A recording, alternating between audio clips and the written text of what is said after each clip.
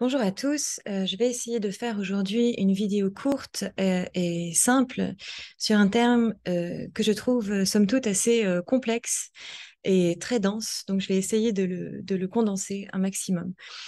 Euh, J'aimerais pouvoir, par cette vidéo, vous aider à faire face un petit peu à toute cette vague émotionnelle qui nous traverse en ce moment pour pouvoir, et depuis un certain nombre de temps d'ailleurs, pour pouvoir réussir à se défaire de ces nœuds dans lesquels on se trouve.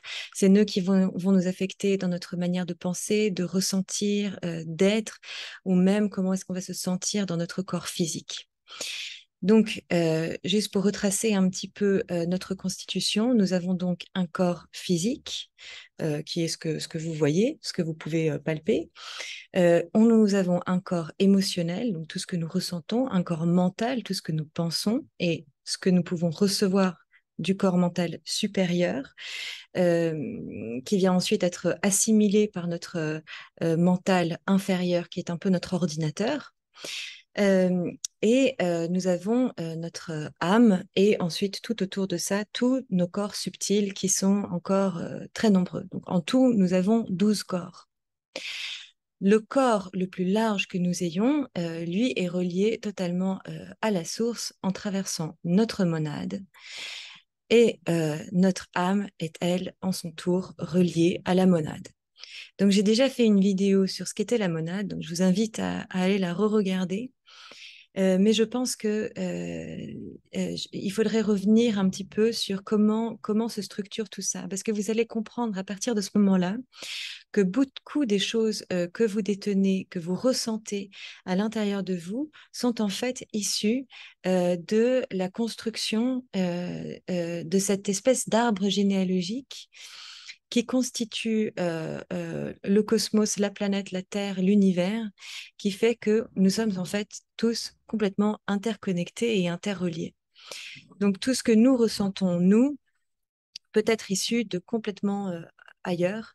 Et en même temps, parfois, nous recevons aussi des cadeaux d'élévation et des compréhensions de certaines choses qui peuvent aussi être issues de ces connexions qui sont amenées à nous. Donc, si vous prenez déjà votre corps à vous avec votre âme, en fait, fait partie d'un groupe avec d'autres âmes où vous êtes au chiffre de 12. Donc, nous sommes tous en appartenance à une famille d'âmes. Donc, nous sommes un des individus, une des âmes dans cette famille d'âmes où nous sommes 12. Ces 12 autres âmes, elles ne sont même pas forcément sur Terre. Elles peuvent être sur d'autres planètes, dans d'autres dimensions, sur d'autres galaxies, dans d'autres univers, dans tout le multi-univers qui compose le tout, si on veut bien appeler ça la création dans sa totalité. Donc, si vous avez quelqu'un autour de vous qui fait partie de votre groupe d'âmes, de votre famille d'âmes, tant mieux. Ce sont des très belles et grandes rencontres. Euh, mais sinon, il se peut que vous rencontriez de toute façon des personnes qui sont dans d'autres ramifications. Votre groupe d'âmes est en son tour relié à une monade. Donc, la monade, c'est au centre. La monade, c'est la conscience qui va relier tous ces groupes d'âmes, de nouveau 12 groupes d'âmes composés à chaque fois de 12 âmes dans chaque groupe qui est relié au centre avec une monade. Progressivement, en fait, c'est comme un arbre généalogique.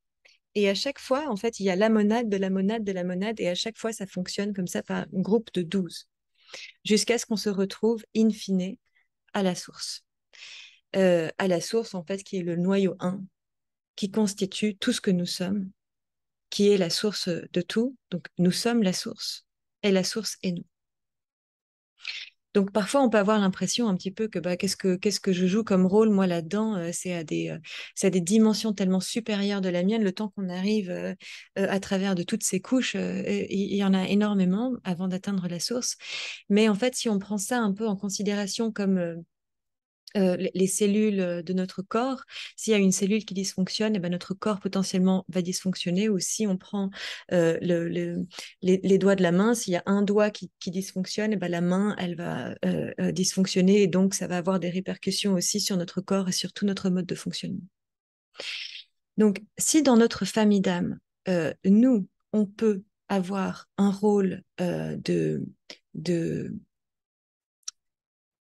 on pourrait dire de leader, mais en fait, chacun d'entre nous a la responsabilité de faire le job pour lui. Parce qu'à chaque fois qu'il fait le job pour lui, c'est-à-dire d'assainir son corps mental, émotionnel ou physique ou de l'âme, en laissant évacuer toutes les blessures ou tout le karma qu'il alourdit, ben en fait, il fait un sacré coup de main pour toute la famille d'âmes dont il fait partie et par la même occasion à toute la monade. Donc si tout le monde fait son taf, si tout le monde fait ce travail, et ben en fait on arrive à la fin à une monade qui est hyper fonctionnante et où tout va bien. Euh, Ce qui est intéressant de savoir, c'est que parfois, on a l'impression que pour pouvoir être pur et nettoyé, il faut qu'on ait nettoyé absolument tout notre karma. Et alors là, j'ai une exceptionnellement bonne nouvelle, c'est que il suffit qu'on ait nettoyé à peu près 60% de notre karma pour pouvoir accéder au niveau supérieur, pour pouvoir continuer notre travail d'ascension. Quand je parle d'ascension, on pourrait aussi dire développement personnel, mais on est véritablement ici dans le cours, dans un courant de pensée ascensionnel parce que évolutif et parce qu'on sait où on va et on sait que cette conscience de masse vise toujours à plus de, de réparation, de plus de purification pour pouvoir ensuite être transformé en lumière. Et une fois que toute cette lumière est absorbée, eh ben, il y a un nouveau souffle qui fait que tout est recréé, mais à un niveau de conscience supérieur. Et c'est d'ailleurs pour ça qu'on dit que la source est infinie, parce qu'en fait, elle continue, elle continue, elle continue, jusqu'à arriver à une conscience qu'on peut même pas imaginer. Euh, Intéressant aussi de savoir que nous, sur cette planète Terre, on est à un niveau de conscience qui est à peu près au niveau du milieu par rapport à dans d'autres galaxies, dans d'autres univers, et qu'on s'en sort pas trop mal. On n'est pas trop en bas, pas trop au-dessus, euh, et qu'on œuvre tous à notre échelle à tout ce qui peut exister. Donc, nous, on est sur une planète où le courage est de mise. Le fait de vivre dans une planète où la dualité est aussi grande parce qu'on est dans une matière aussi dense, fait que toute progression va être assez difficile. Et comme on est en train de vivre ce processus d'ascension qui est quintuplé en ce moment par rapport à tout ce qu'il a été avant, et après, une fois qu'on aura fini cette étape, ça va se calmer sur un plateau, et ben en fait, on est obligé un petit peu de mettre les bouchées doubles pour laisser évacuer toute cette densité. C'est pour ça qu'on peut avoir vraiment l'impression d'être en train de passer au travers d'une tornade, d'une machine à laver, parce que tout est en train d'être nettoyé. Tout l'inconscient collectif humain, notre lignée, euh, euh, les blessures que nous nous sommes fait les uns aux autres, ainsi de suite, et qu'on a reçues nous-mêmes ou qu'on a contracté les blessures, les choses auxquelles on a cru, et ainsi de suite. Euh, Quand parfois tout va bien dans votre vie et vous comprenez pas pourquoi tout d'un coup vous allez super mal, eh ben, il se peut que ce soit justement un des autres individus de votre monade ou de votre famille d'âme qui en fait ne va pas bien parce qu'on est complètement tous interconnectés et interreliés. Et dans ces moments-là, tout comme je vous invite à faire la même chose pour vous quand vous n'allez pas bien, eh ben, il s'agit d'être avec, d'être dans l'observation de ce qui est en train de se passer. Si vous vous plongez dans l'angoisse, comme vous vous plongeriez dans une eau glacée, il y a tout qui se serre, il y a tout qui se crispe et il n'y a plus rien qui se passe. Alors que si vous laissez cette sensation désagréable vous traverser, vous êtes dans le courant de la rivière. Et là, en fait, cette énergie cette douleur, cette émotion, une fois qu'elle a traversé l'espace de votre cœur, qui est comme un pur diamant, eh ben, elle peut s'alchimiser. Mais il faut laisser votre cœur respirer, voir et ne pas avoir trop peur. Ne pas oublier que la peur est une énergie dense qui ne vous apporte absolument rien et qui freine, qui vous fait justement cet effet de l'eau glacée. Donc juste laissez traverser ces émotions dans la chaleur de votre cœur.